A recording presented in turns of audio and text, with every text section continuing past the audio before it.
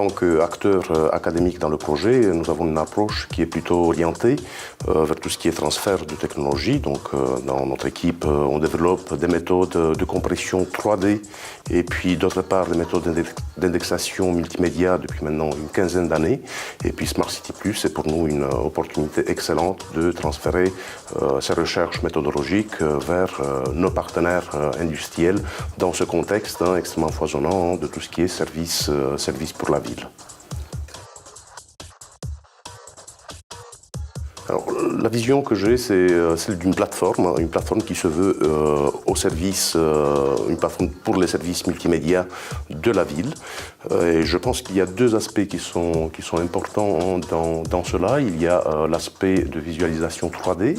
Et puis, d'autre part, il y a l'aspect de tout ce qui est indexation et puis indexation sémantique, exploitation des données qui peuvent être de multiples sources hétérogènes, qui peuvent venir des institutions, mais aussi et surtout des utilisateurs de la ville eux-mêmes. Donc faire le lien entre ces types de données différentes, c'est pour moi un des aspects cruciaux.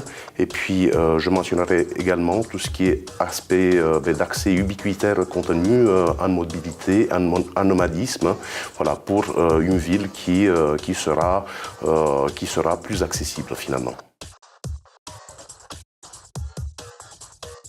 Pour moi, les utilisateurs principalement concernés sont les habitants de la ville. Et puis le bénéfice déjà accéder de manière aisée à l'information, c'est une bonne chose.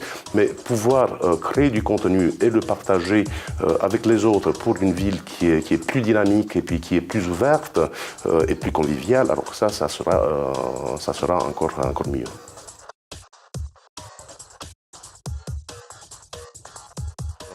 Dans les prochains mois, je pense qu'on entre dans une phase clé en fait du projet, puisque il y a aujourd'hui une première plateforme qui devient disponible et puis qu'il faudra finaliser et puis enrichir surtout en fonctionnalités. Alors, je dirais Smart City Plus pour réinventer et partager sa ville.